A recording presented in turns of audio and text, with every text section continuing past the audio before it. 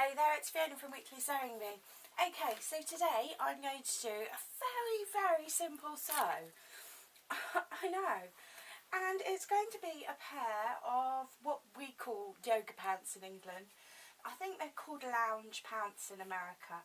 And they are so simple. So I've got my stretch fabric here. And I've laid it out. And it is a 4-fold. And on the double fold, I've got the long seam that goes around the outside leg. Now, I'm going to sew a waistband in it. So what I'm going to do is I'm going to give myself a waistband, so an extra one, and a bit to turn it round, a bit of hem allowance, and then possibly a bit extra because they do shrink. I know, and it's just comfort. And then I'm going to follow the line down to the point.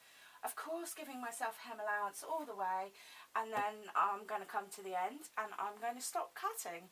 Okay, so if you do these, you will notice that the back comes up a bit higher than the front, just a little bit, and it really is half of an inch, maybe.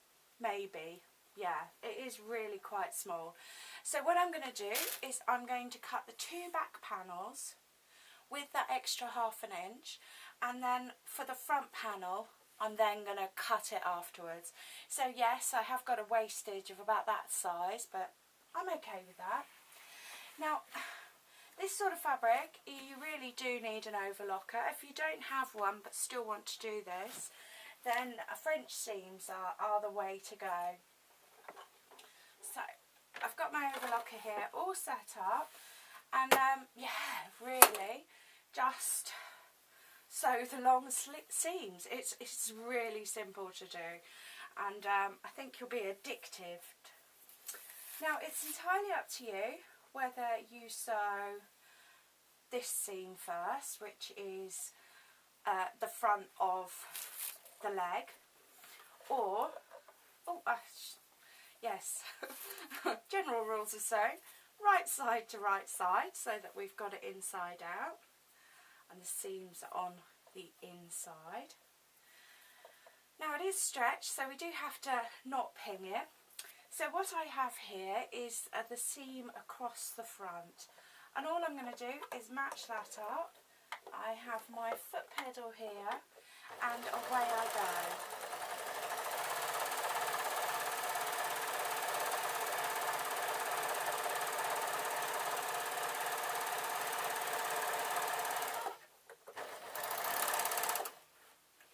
So when you are cutting this, you really don't need that much hem allowance. It just depends how comfortable you are.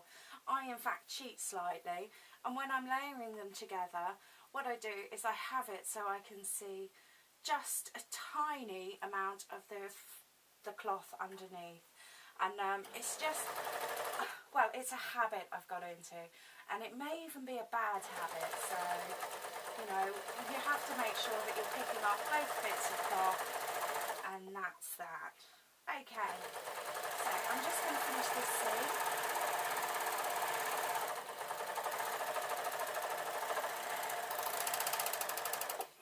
Now, I am going to take the point of this seam and the point of this seam, and I am just going to hold it whilst I sort of shake out the rest of the leg.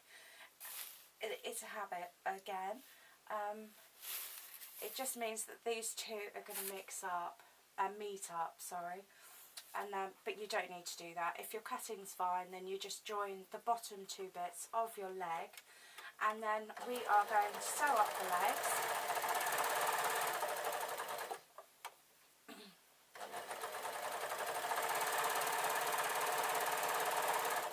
And when we come to the previous seam, I'm going to carry on sewing over it.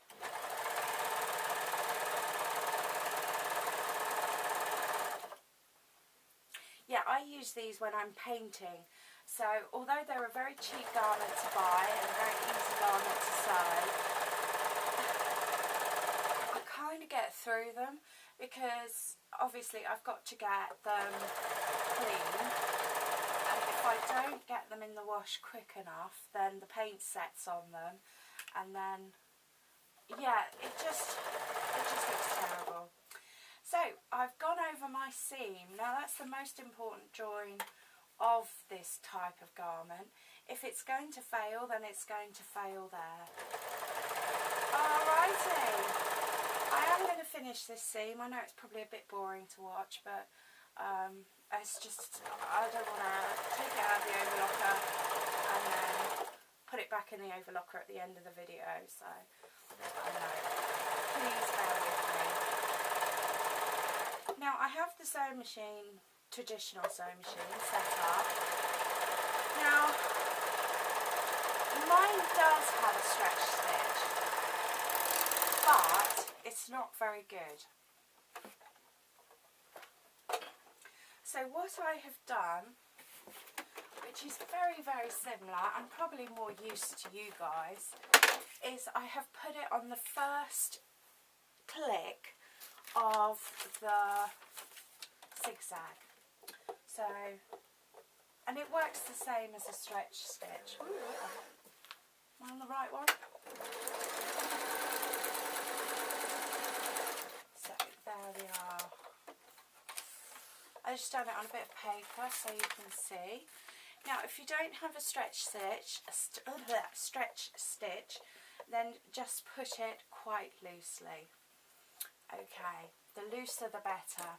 And if you want to be really clever, you can always stretch the fabric that you're going to sew, although I wouldn't recommend it, because if I stretch this fabric once, what's going to happen to it is it's going to start to roll, and then it will be quite difficult to sew.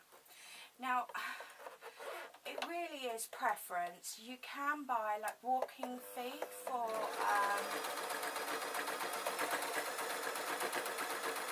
sewing machines, and they're recommended for stretch fabrics. Excellent, excellent. What I'm doing is I'm not putting any pull with this hand. I'm literally just placing it under the machine. The machine's doing all the work, and even with the little handling you can see that it's slightly rolling.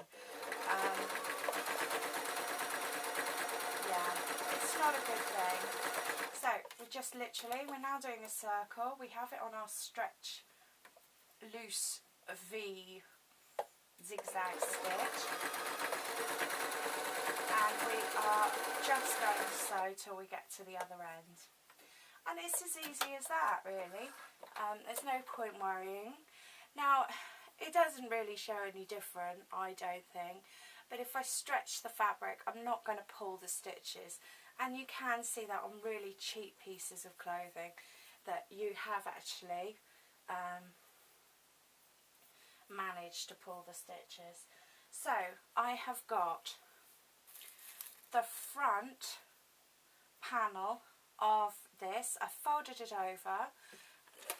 With my scissors, I am going to sew a slight, I'm going to cut a slight dart. This is just because I want it to lie flat, and of course I've cut it to be higher at the back. I'm going to trim my ends because it's just going to make sewing so much easier. And also what I'm going to do is I have the garment here. I am going to fold it, and I'm going to mark the 2 points of that fold, so halfway, with a pin. Okay, now rather than sewing a waistband on, what I'm going to do is I'm going to fold the top over so that it's all going to be in one piece. I did that badly, didn't I? Oh, yes, it's not good. Okay, so that it's all in one piece. Now, I do have my piece of elastic just to give it a bit of support at the back. And it's one of those things. I think it would look neater if I sewed on a separate waistband, but I don't think it's essential. So I'm just going to double check that I've got the front at the front, because I've moved it around slightly, and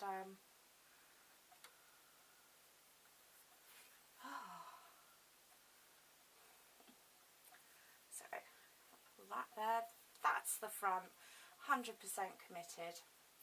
I'm going to go to my halfway pin, which I just took out, and I'm going to fold this in a waistband style.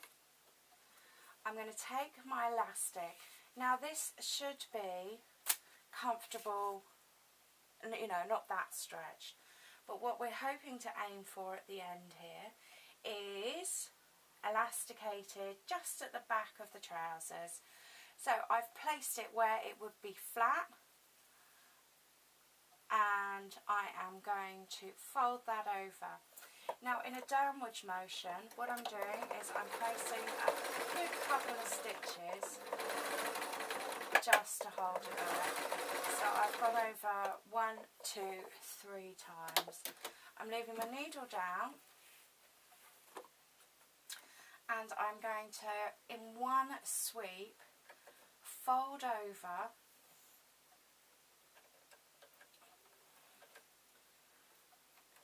the top turn of the pants, and again, this time I'm tucking it in. I'm going to start sewing, and what I'm going to do is with this hand I'm going to not stretch the fabric, but I'm going to stretch the elastic. Now you can pin this, don't think you can't. You know, it really is, depends what you're happy with. So I've tucked in my next bit. I've got to pull on my elastic.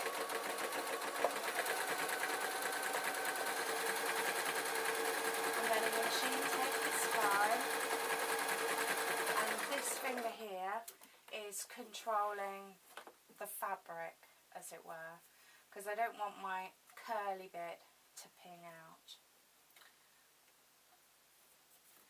Now on most t-shirts and well, these sort of pants as well, they have a couple of rows of stitching. So when we go back, yes, we will stretch the fabric. We'll have to stretch out the elastic again. So I'm going over the seam now, and I know that this piece of elastic has to get not to the pin, but a good close as. So let's get sewing again.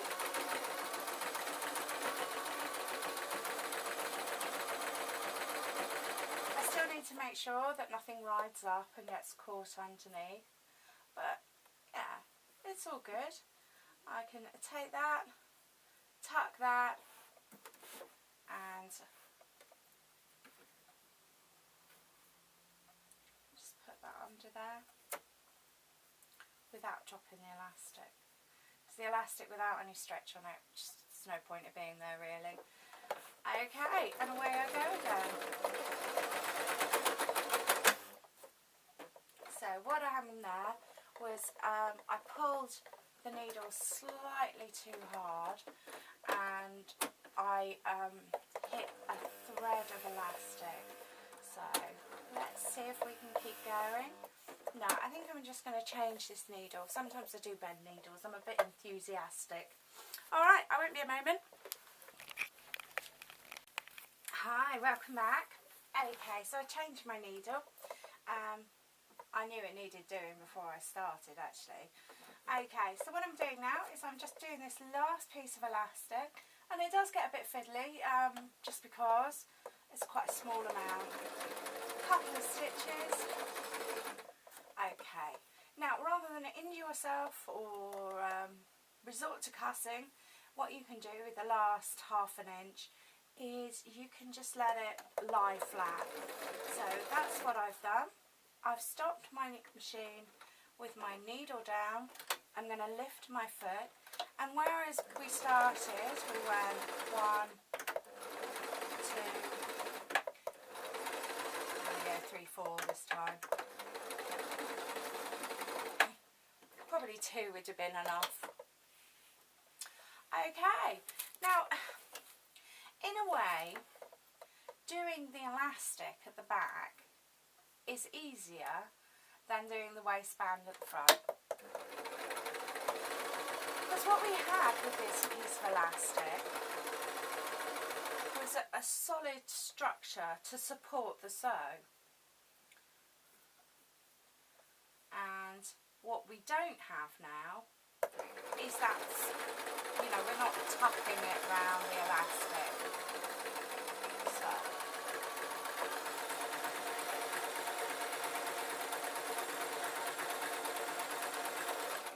what I have to make sure I do is there's kind of like a natural fold that I can end up with this much tucked in, this going round, and then if I keep going round at that angle, I'll end up with pretty much all of it sewn into the waistband. So whenever I stop, I have to be quite precise in the fold, and then sew again.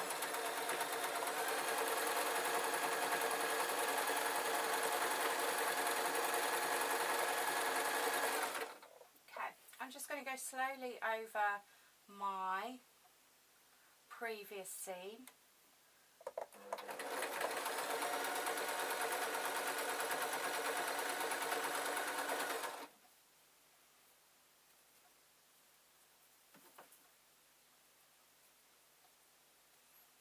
And then this last bit,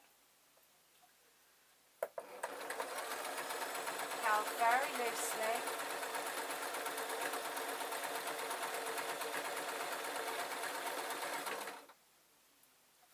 And just coming up to the end here. So, what I can do now, I'm going to put in a couple of reverse stitch. I can take it out of the machine, give myself some bobbin thread because we love that, and I can go over it again. This is purely decoration and maybe just a little bit of strengthening, but when I sew over this elastic that's already pre-sewn, I will have to put in